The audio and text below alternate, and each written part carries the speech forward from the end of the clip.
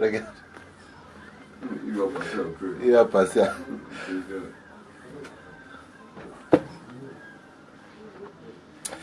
Voilà, je l'ai bien dit, hein, c'est elle qui run the world. Et la run the world est celle qui run Néo-Québec est avec nous en studio. C'est enregistré ça.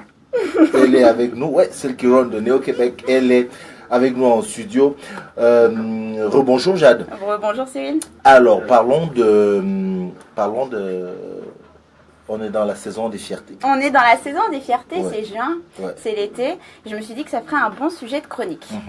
Pourquoi? Parce que, comme je l'ai dit, on est dans la saison des fiertés et comme on a pu peut-être se rendre compte pour ceux et celles qui ont suivi l'actualité entourant les marches des fiertés, les gay pride, les LGBT Voilà, parce qu'il pride, faut en ajouter fonction de- marche. Il faut ajouter... Il faut ajouter... Apparemment, je suis poussée. Il faut ajouter marche de fierté, ouais. Ouais. Donc du coup, j'en parle parce que, eh bien, depuis à peu près 2016, dans plusieurs villes, on a eu des manifestations qui ont bloqué, ralenti ou dévié quelques marches des fiertés. On a eu par exemple, cette année, on a eu Minneapolis, on a eu Washington, on a également eu la marche des fiertés à Paris. Et l'année dernière, c'est surtout celle de Toronto qui a, on va dire, commencé tout cet événement autour des marches des fiertés.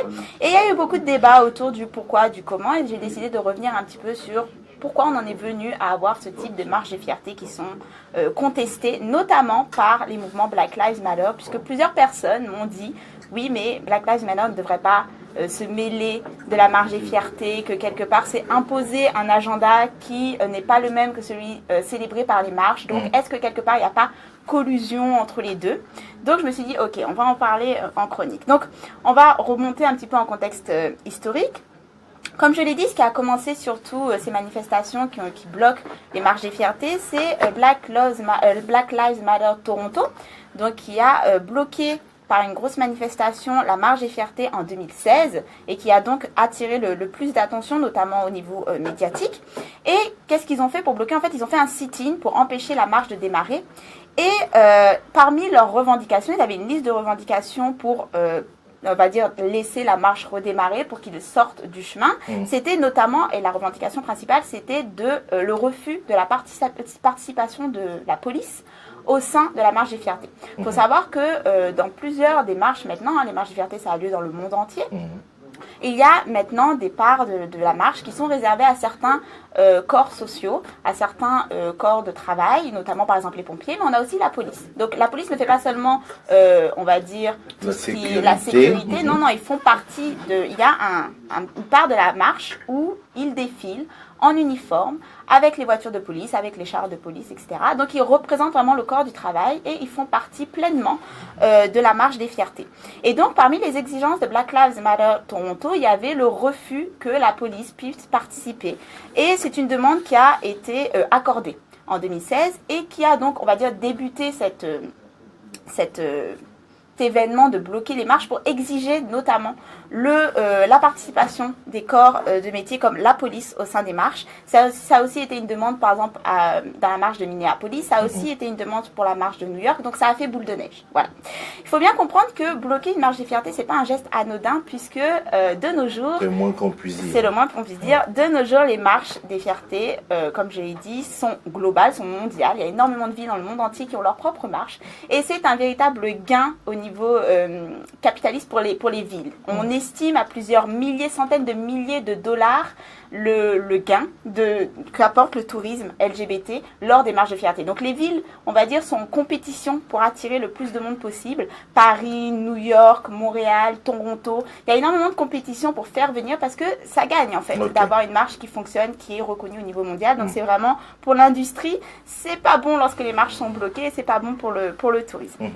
Donc après, il y a une question maintenant qu'on a mis un petit peu ce qui s'est passé depuis 2016 et ce qui continue d'arriver donc en 2017, sachant comme je l'ai dit que la marche des fiertés à Montréal n'a pas encore eu lieu. La marche des fiertés à Montréal c'est en août, oui, elle arrive et c'est elle qui ferme les marches, non? Tout à fait. Okay. Et c'est ça dépend, mais oui, en général elle est connue pour cela et c'est quand même on va dire une petite tension que l'on trouve dans le milieu communautaire de savoir s'il va y avoir ce type de manifestation pour la marche de Montréal. Donc, on peut s'interroger du coup sur, et c'est la question qu'on me demande souvent, c'est est-ce que tu trouves cela légitime qu'on puisse bloquer la marche des fiertés pour exiger le retrait de la participation de la police. Donc, on va revenir, qui dit légitimité dit contexte historique.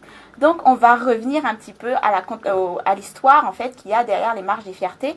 Il faut savoir, beaucoup de gens le connaissent déjà, que les marches des fiertés ont débuté par une manifestation qui a eu lieu à New York en 1969. 69. Et c'est une manifestation qui s'est déclenchée suite à une énième descente de la police dans un bar gay connu de New York qui est le Stonewall Inn.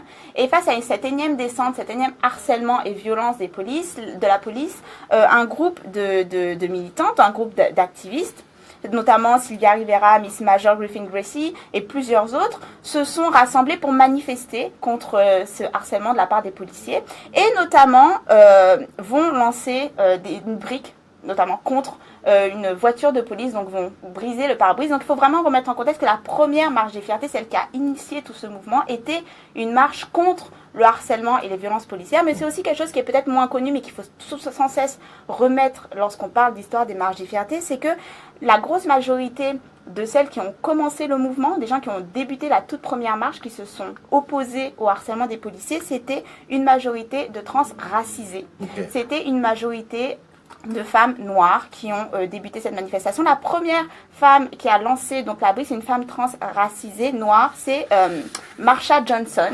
Et c'est quelque chose qu'on est constamment obligé de rappeler parce que même lorsqu'ils ont fait le film sur Stonewall, ils ont remplacé son rôle par un homme gay blanc. Oh non, donc ils l'ont. Non, le whitewashing est partout dans toutes les histoires. Donc non, la première manifestation, c'était une majorité de trans racisés. Parmi elles, il y avait des travailleuses du sexe. Donc c'était les plus marginalisées au sein des communautés qui ont lancé le mouvement. Et lorsqu'on regarde en fait le déroulement qu'il y a eu, la montée en puissance de l'intérêt industrie autour des marches des fiertés, encore une fois, c'est une histoire qui a été blanchie.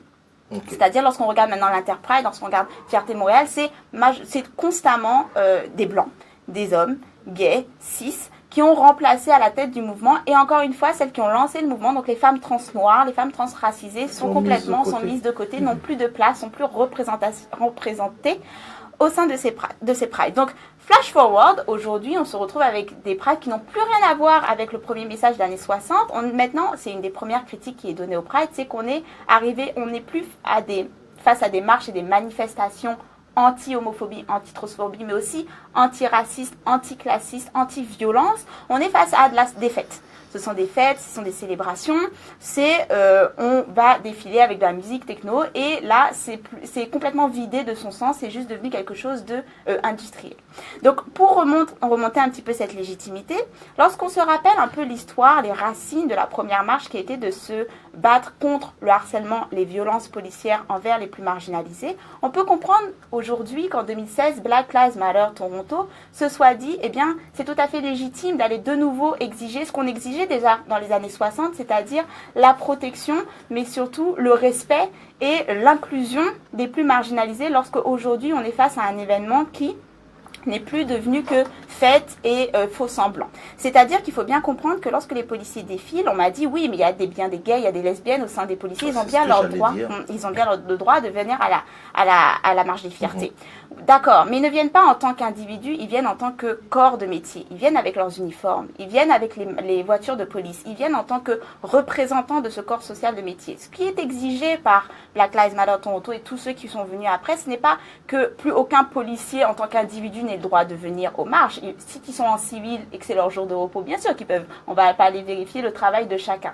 Ce qui est exigé, c'est le symbole de l'uniforme, le symbole de ce corps social ne soit pas présent et célébré en tant qu'allié dans la marche des fiertés lorsque aujourd'hui on regarde les médias et on se rend compte que c'est un corps de métier qui fait souvent la une des médias pour des causes de violence, envers les personnes racisées, pour les causes de violence envers les femmes autochtones. Je rappelle que dernièrement, on a eu tout un tas d'essais pour faire reconnaître le racisme, mais aussi pour faire reconnaître les violences qui étaient effectuées commises envers les femmes autochtones par la police. On voit bien ce que ça a donné, le traitement de l'affaire de Val d'Or notamment.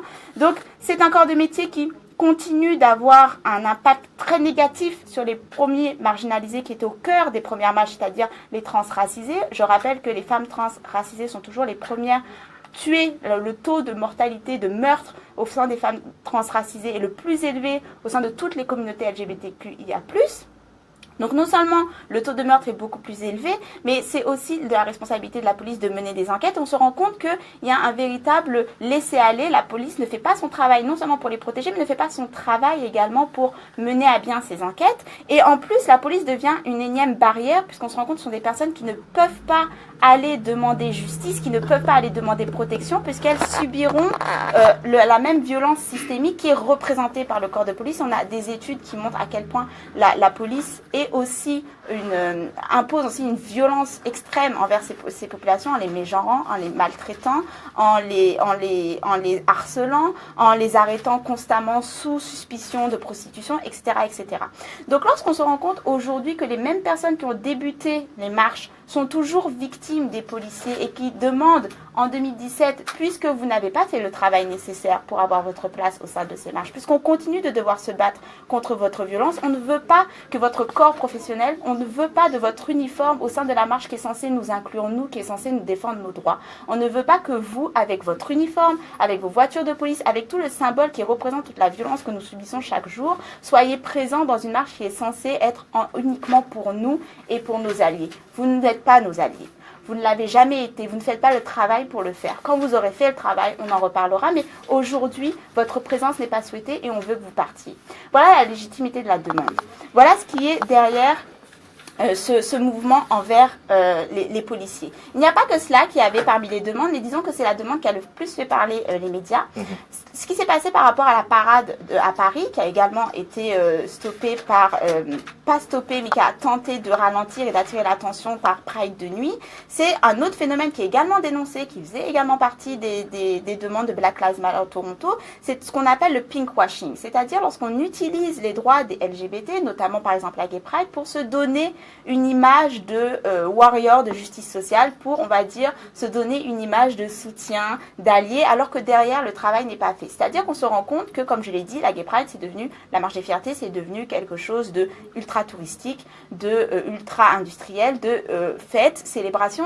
On a perdu le message premier qui était l'inclusion et la défense et le combat, les luttes militantes contre la transphobie, contre l'homophobie, contre la lesbophobie, contre le racisme, contre le classisme. On a perdu ce message-là pour devenir qu'une histoire de fête où n'importe qui, maintenant, peut acheter sa place pour participer à la marche des fiertés et donner de l'argent pour devenir subventionnaire et donc après mettre des rainbow, des drapeaux rainbow pour donner un peu cette image lisse de nous sommes les gentils. Et on se rend compte que, par exemple, on a énormément de banques.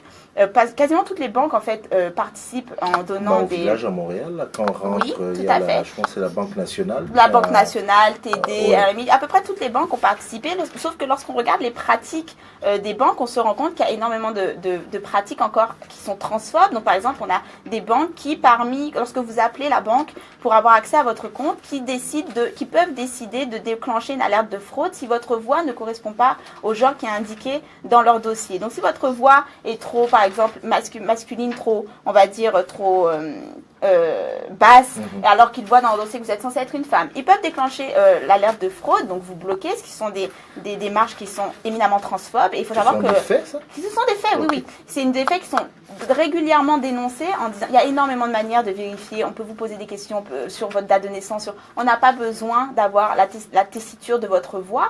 Donc c'est énormément dénoncé et malgré ça, ce sont des pratiques qui continuent. Il faut savoir que lorsque votre compte en banque est bloqué pour cause de fraude, vous devez retourner à l'endroit où vous avez ouvert votre compte avec 2 pièces d'identité. Donc vous imaginez les tracas lorsque vous avez déménagé et vous imaginez les tracas supplémentaires lorsque vous êtes en transition, quand vous avez transitionné, lorsque vous êtes encore en train de vous battre pour que vos pièces d'identité correspondent à votre véritable genre. Donc ce sont des pratiques qui sont constamment dénoncées, qui sont toujours mises en place, mais malgré ça, chaque année, les banques vont mettre des drapeaux. Donc il y a un refus d'écouter les critiques et de se donner une image de nous sommes les meilleurs alliés du monde. Des banques qui vont aussi donner de l'argent à des groupes politiques qui ont parmi leurs têtes d'affiche des homophobes. C'est le cas par exemple pour revenir à la marche de Paris, ce qui s'est passé, c'est que parmi la marche des fiertés à Paris, on a En Marche, qui a décidé d'avoir sa place en marche chez le parti politique de Emmanuel Macron. Oui, le nouveau président. Donc on a LGBT En Marche, un groupe qui se réclame de En Marche, mais qui n'est pas subventionné par En Marche. Donc en gros, ils se réclament de En Marche, mais En Marche ne les a pas encore réclamés, on va dire cela comme ça, qui a décidé de venir marcher au sein de la Fierté. Et Gay Pride de nuit, la Fierté de nuit, et beaucoup d'autres militants, notamment Moissy, ont participé à dénoncer cette participation, sachant que parmi les têtes d'affiche du parti, il y a des homophobes qui ont eu des propos comme l'homosexualité c'est abominable, etc. Sachant que ce parti-là a un programme qui est homophobe, qui est un programme hyper capitaliste, qui est un programme qui ne représente pas ce qu'est l'esprit de la Marche des Fiertés et qui ne représente pas la défense des droits qu'on représente la Marche des Fiertés. Donc il y a eu un refus et malgré ça, ils ont pu participer au sein de la marche. Donc c'est pour montrer en fait le phénomène du pinkwashing qui est dénoncé systématiquement par ces manifestants qui tentent soit de bloquer la marche pour attirer l'attention sur vous avez perdu le cœur de ce qui se passe chaque été, c'est-à-dire l'inclusion des plus marginalisés, au profit de l'inclusion. Lorsqu'on me parle d'inclusion, il faut bien comprendre que l'inclusion doit venir pour ceux qui sont exclus au quotidien toute l'année. Or, les forces de police, par exemple, sont une force politique reconnue, soutenue par l'État, avec un certain pouvoir que n'ont pas les plus marginalisés de nos communautés. Et systématiquement, c'est l'inclusion de la police qui passe au-dessus de ceux qui sont exclus au quotidien. Voilà ce qui se joue.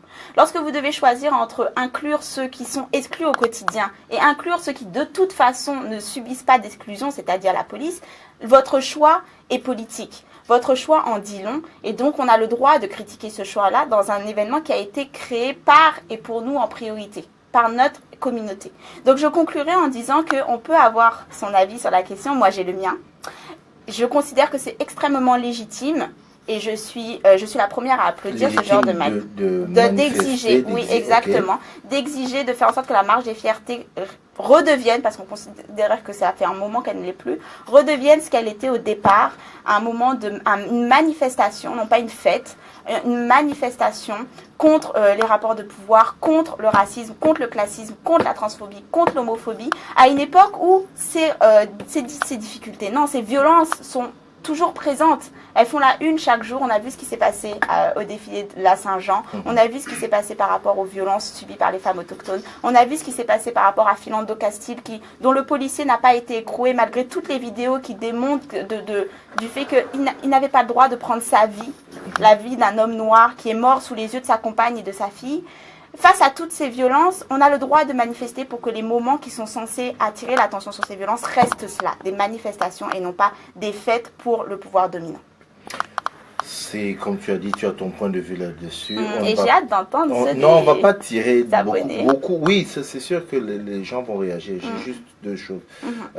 Par rapport à l'esprit festif de la marche, ce qu'on a cru comprendre, ce que moi j'ai cru comprendre, c'est que oui, elle s'est transformée, tout le monde en est conscient, et notamment les populations véritablement concernées. Oui. Mais ça s'est transformé, c'était aussi une manière de dire, oui, on a acquis, on s'est battu et on a réussi à acquérir certains droits.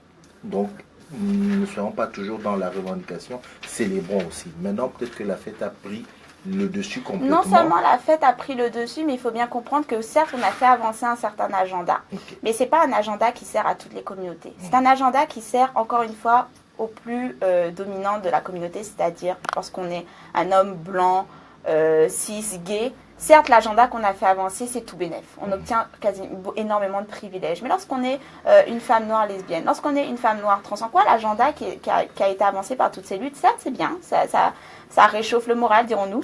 Mais il y a énormément de choses encore à faire. Et le problème, c'est qu'une fois que cet agenda est avancé, on s'est dit, c'est bon, on n'a plus rien à demander. Tu as vu, je ne sais plus qui... quelle personnalité gay homme avait, il y a un mois, avait dit on ne devrait plus, ça y est, on a avancé, on a acquis tous les droits, on ne devrait plus avoir encore de revendications. Ça, c'est le genre de message qu'envoie la sur-célébration de la Pride, qui est totalement faux, comme lorsque on a énormément de... Par exemple, le sida, on a cette idée que ça y est, la crise est finie, qu'on a trouvé le moyen... Non, la crise est finie au sein des milieux blancs, mais lorsqu'on regarde au sein des communautés noires, c'est toujours un véritable fléau. Encore plus au sein des communautés noires LGBT, c'est encore un fléau, mais on parle du sida comme si c'était une crise qui avait lieu dans les années 90 et qu'on pouvait aller de l'avant. C'est ça le problème de ces discours et du fait qu'on fait passer la fête avant, c'est que tout d'un coup, on a l'impression qu'il n'y a plus de problème pour personne, alors qu'en réalité, on a fait avancer un agenda que pour quelques-uns d'entre nous. D'accord. Dernière question, et on va très court si c'est possible.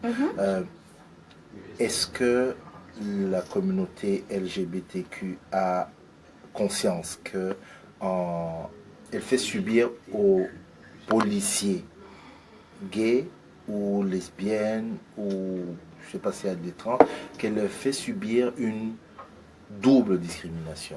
Ils sont discriminés en tant que policiers, ils sont discriminés, du moins ils sont au sein du corps policier déjà, j'imagine qu'ils sont discriminés de par leur orientation sexuelle, et ils viennent aux marches de la fierté, ils sont aussi discriminés par exemple par le Black Lives Matter, ce qui dit non, dégagé. Est-ce qu'on a conscience qu'il y a quand même une multiples discriminations pour eux? J'irai pas jusqu'à la double discrimination, mais on pourra en discuter puisque tu m'as dit que c'est très court. Par contre, j'irai dire il y a un symbole derrière l'uniforme. Comme je l'ai dit, c'est l'uniforme en fait qui pose problème. L'uniforme, le fait qu'en tant que corps professionnel, il soit célébré comme allié et ayant sa place au sein de la marche, oui, ça pose problème. Comme je l'ai dit, personne ne va aller vérifier quel métier vous faites lorsque vous venez à la Gay Pride en tant que citoyen lambda. Par contre, si vous venez avec un uniforme, il y a un message derrière. Et ce message-là n'a pas sa place au sein de la Pride. Parce que c'est un message qui couvre toutes les violences qu'on subit de par votre métier. Donc après, il y a un choix à faire. Si cette personne considère que...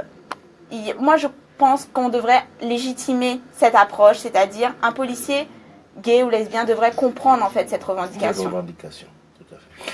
Je vais demander plus aux gens de réagir un peu à ton propos là. Ce serait intéressant. Mais sinon, la marche Montréal, c'est quand? C'est en août. J'aimerais pas dire de bêtises parce que cette année, ça va durer vraiment pas mal de semaines. Il y a une conférence, mais on tiendra sur la plage. Il me semble que c'est mi-août. Ok. Normalement. À revérifier. Et c'est la dernière. Merci à toi, Jade. On ferme cette chronique. On se revoit la semaine prochaine. On se dit à mardi si tout va bien. Oui. D'accord.